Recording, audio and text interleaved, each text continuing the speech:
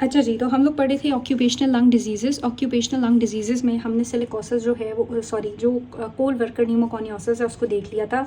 Now the next thing is silicosis. ये सारी चीज़ें बेटे सिर्फ जनरल नॉलेज के लिए हैं, चीज़ें इनमें से कम आती हैं, जो आएंगी वो भी हम देख लेते हैं। सो सिलिकोसिस में क्या हो रहा होता है कि पेशेंट जो है वो कंटिन्यूसली, ऐसी न्यूमोकोनियोसिस है जो तब क्रिएट होती है जब पेशेंट जो है वो कंटिन्यूसली क्रिस्टलाइन सिलिका जो है उसको क्या कर रहा होता है, इनहेल कर रहा होता है। ठीक है, सो क्रिस्टलाइन सिलिका की इनहेलेशनल की वजह से जो न्यूमोकोनियोसिस होती है that is known as silicosis, नाम से भी डिफाइंड है। ठीक है, उसके बाद जो इंपॉर्टेंट एमसीक्यू है वो ये है कि ये most common chronic occupational lung disease है वर्ल्ड वाइड। सो ये आपका एमसीक्यू है कि world wide most common chronic occupational disease क्या है, तो वो सिलिकोसिस है। ठीक है, उसके बाद कहता है कि इसकी दो तरह की फॉर्म होती हैं, यानी एक जो है वो क्रिस्टलाइन सिलिकोसिस, क्रिस्टलाइन सिलिका होता है, और दूसरा हमारे पास जो है वो एमॉर्फस होता है। लेकिन जो क्रिस्टलाइन है वो ज़्यादा कॉमन भी है और ज़्यादा इम्प्लिकेटेड भी है इन सिलिकोसिस, और मोर फाइब्रोजेनिक भी है। लंग्स के अंदर फाइब्रोसिस में ज़्यादा रोल प्ले करता है क्रिस्टलाइन सिलिका। ठीक है, कौन से लोग हैं, कौन सी ऑक्यूपेशन वाले लोग हैं जो कि सिलिका से कंटिन्यूसली एक्सपोज हो रहे होते हैं और सिलिका को इनहेल कर रहे होते हैं, वो लोग हैं जो कि माइनिंग वाले स्टोर्स उन जगहों पे काम कर रहे हैं। उसके अलावा स्टोन कटिंग इंडस्ट्री में, या स्टोन कटिंग आती है उनके पेशे के अंदर।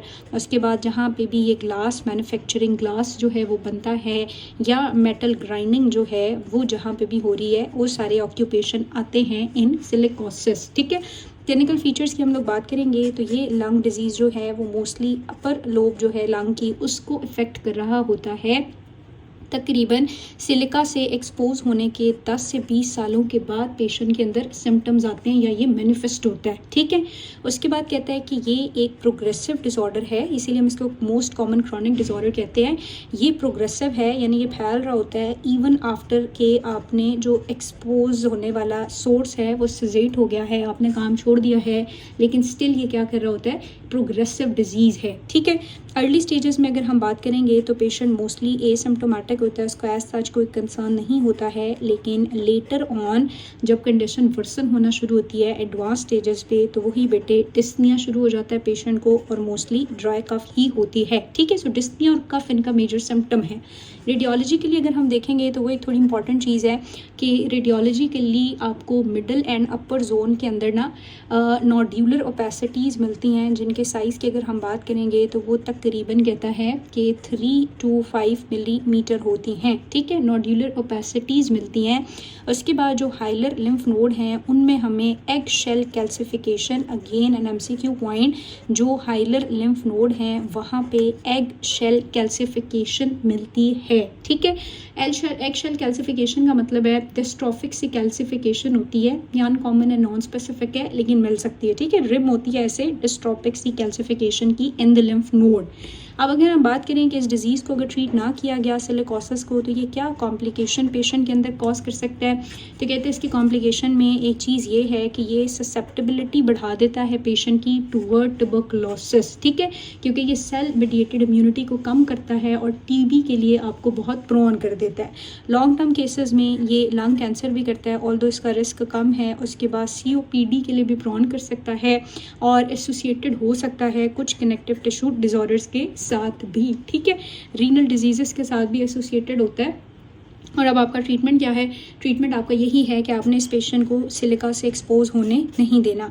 और अगर आप देखते हो कि फाइब्रोसिस बहुत ज़्यादा है और पेशेंट जो है वो नहीं कम बैक कर सकता, लंग फंक्शन दोबारा रिजॉल्व नहीं किया जा सकता, क्योंकि रिस्ट्रिक्टिव डिजीज़ में यही होता है कि वो रिस्ट्रिक्ट हो गया ना एरिया, अब उसकी इलास्टिसिटी रही नहीं है, तो वो हम रिगेन नहीं कर पाते। ठीक है, सो अगर बहुत स्वेयर है, नंबर 1 तो आपने एक्सपोजर को अवॉइड करना है, सिजेट करना है, लेकिन अगर एडवांस स्टेजेस पे चला गया तो then lung transplant is the definitive management. ठीक है, now the most important thing जिसमें आपके पास मोस्टली MCQ आता है वो है जी एस्बेस्टोसिस।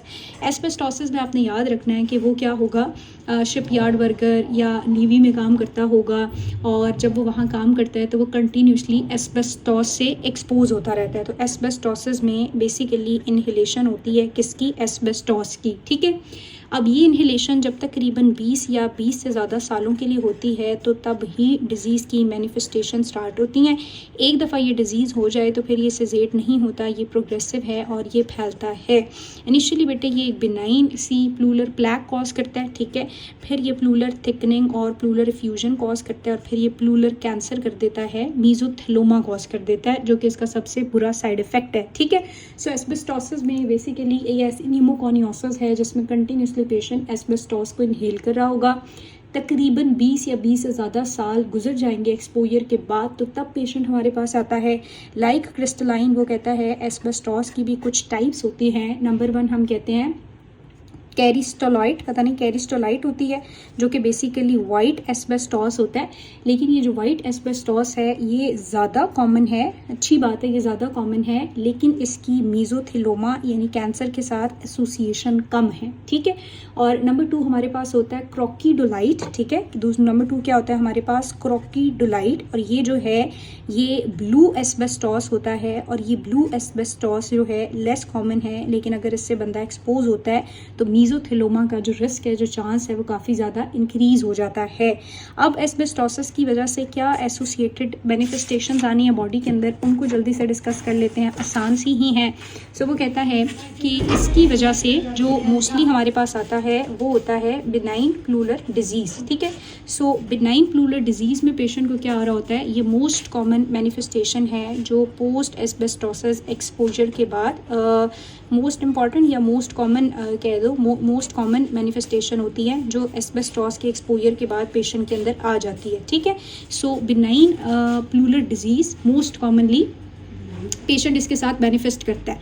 अब इस डिज़ीज़ के अंदर होता क्या है, इसके अंदर बेसिकली ये हो रहा होता है कि डिस्क्रीट सर्कमस्क्राइब एरिया होते हैं, छोटे छोटे एरियाज़ होते हैं जिनमें क्या हो रही होती है, हाइलीन फाइब्रोसिस होती है, ठीक है। सो डिस्क्रीट से एरियाज़ हैं कि जिनके अंदर क्या मिलती है आपको, हाइलीन फाइब्रोसिस मिलती है।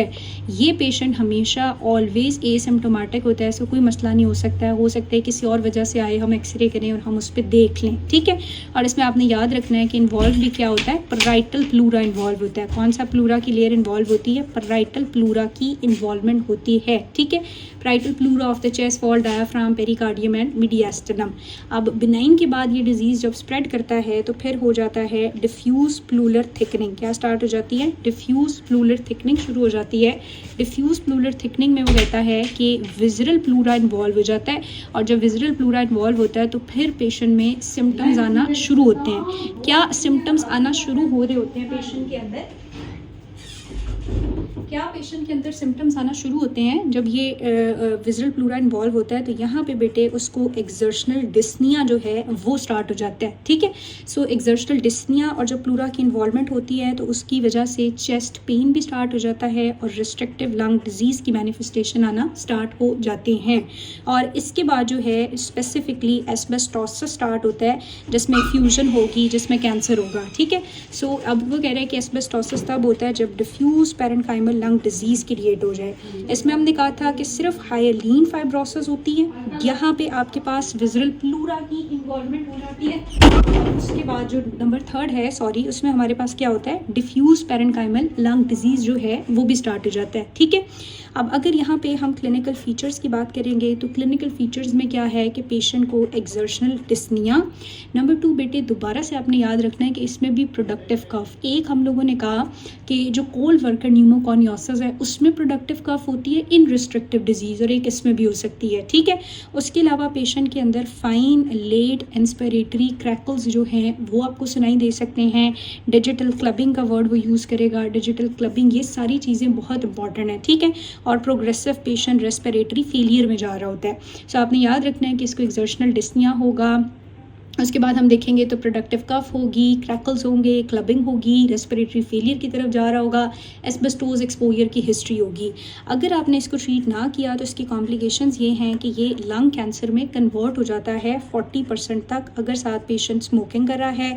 अगर स्मोकिंग नहीं कर रहा तो फिर सिर्फ ये प्लूरा का कैंसर बनता है, लंग का कैंसर नहीं बनता, जिसको हम मीजोथेलोमा कहते हैं, ठीक है। सो नेक्स्ट स्टेज में क्या हो सकता है, इसकी वजह से मीजोथेलोमा हो सकता है। So what is mesothelioma? So mesothelioma basically malignant tumour होता है प्लूरा का। क्या होता है? मैलिग्नेंट ट्यूमर होता है ऑफ द प्लूरा। ठीक है बेटे, अब ये जो मैलिग्नेंट ट्यूमर है प्लूरा का, इसके अंदर वो कहता है कि पेशेंट की हिस्ट्री ज़रूर होगी कि बस एस्बेस्टोस से एक्सपोज हुआ है, वरना ये नहीं हो सकता।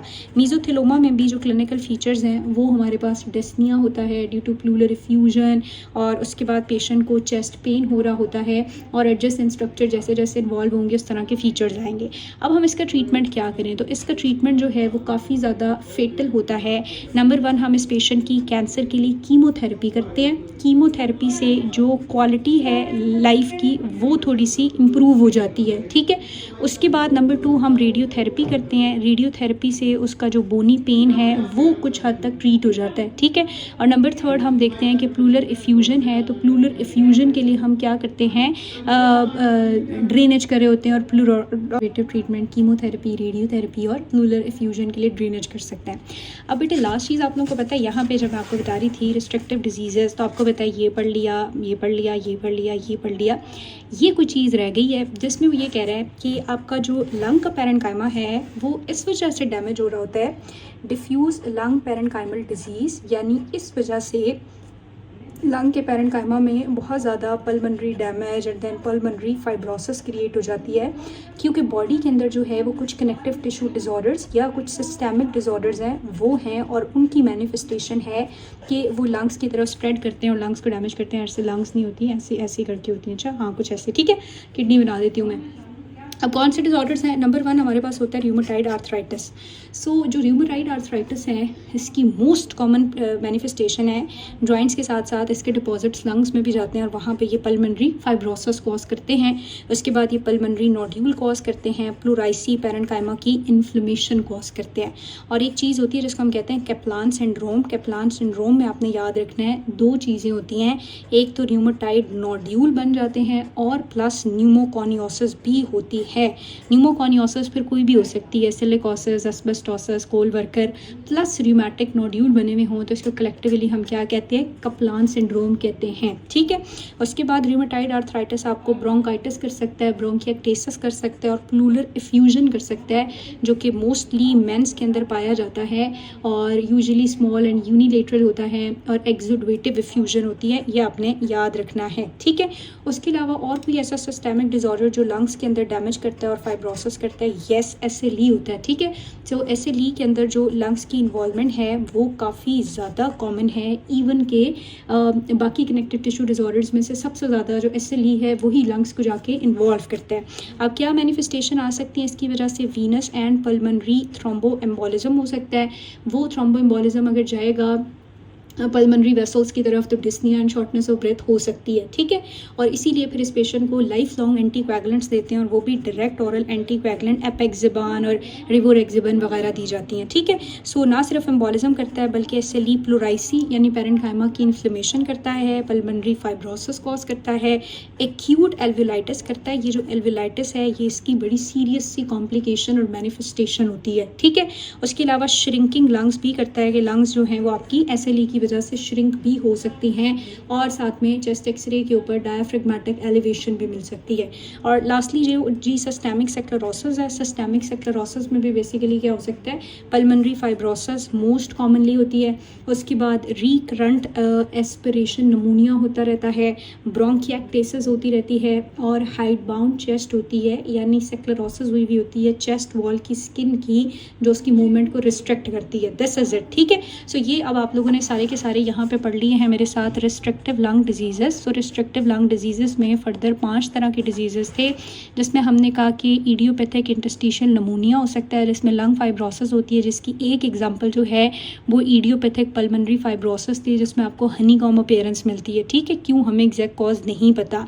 नंबर 2 फिर हम लोगों ने कहा कि जी ग्रैनुलोमेटस डिजीज़ेस हो सकते हैं जिसमें सार्कोइडोसिस पड़ा, जिसमें multi system inflammatory chronic inflammatory disorder है, और इसमें कैजिएटिक कैजिएटिंग ग्रैनुलोमास जो हैं, नॉन कैजिएटिंग ग्रैनुलोमास बनते हैं, बहुत सारी मैनिफेस्टेशन आती हैं, एरिथ्रीमा नोड्यूल्स और एल्वेलाइटिस, सॉरी साथ में पॉलीआर्थराइटिस, फीवर, और ये सब आपने याद रखना है। इसमें 2 सिंड्रोम्स भी हमने देखे, लॉफग्रेन और हेडेडेड, वो याद रखना है, ठीक है। यूवियाटिस होता है, पैरोटिड की इनलार्जमेंट।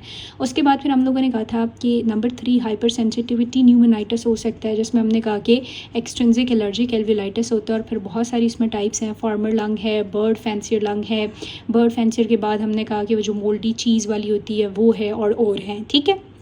देन फिर हमने कहा इन्वायरमेंटल या ऑक्यूपेशनल लंग डिजीज़ेज़ हैं, जिसमें न्यूमोकॉनियोसिस है, जिसमें सिलिकोसिस है, एस्बेस्टोसिस है, कोल वर्कर न्यूमोकॉनियोसिस है, और लास्ट जो हमने कहा था कुछ कनेक्टिव टिश्यू या सिस्टेमिक डिसऑर्डर्स के साथ भी associated diffuse parenchymal lung diseases and hence restrictive diseases बन सकते हैं, जिसमें बेटे हमने रूमेटाइड आर्थराइटिस, SLE और सिस्टेमिक सार्कोइडोसिस की बात कर ली। So this is all about your restrictive lung disease. इनको आप बहुत और डिटेल में पढ़ना चाहें तो वो आप पैथोलॉजी की प्लेलिस्ट से पढ़ सकते हैं, but for medicine this is more than enough.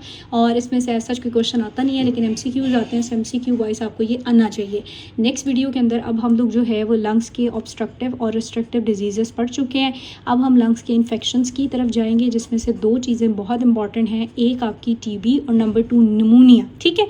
उसके बाद कुछ फंगल डिजीज़ेस वगैरह भी हैं, लेकिन less common. So next portion is about infections of the respiratory system.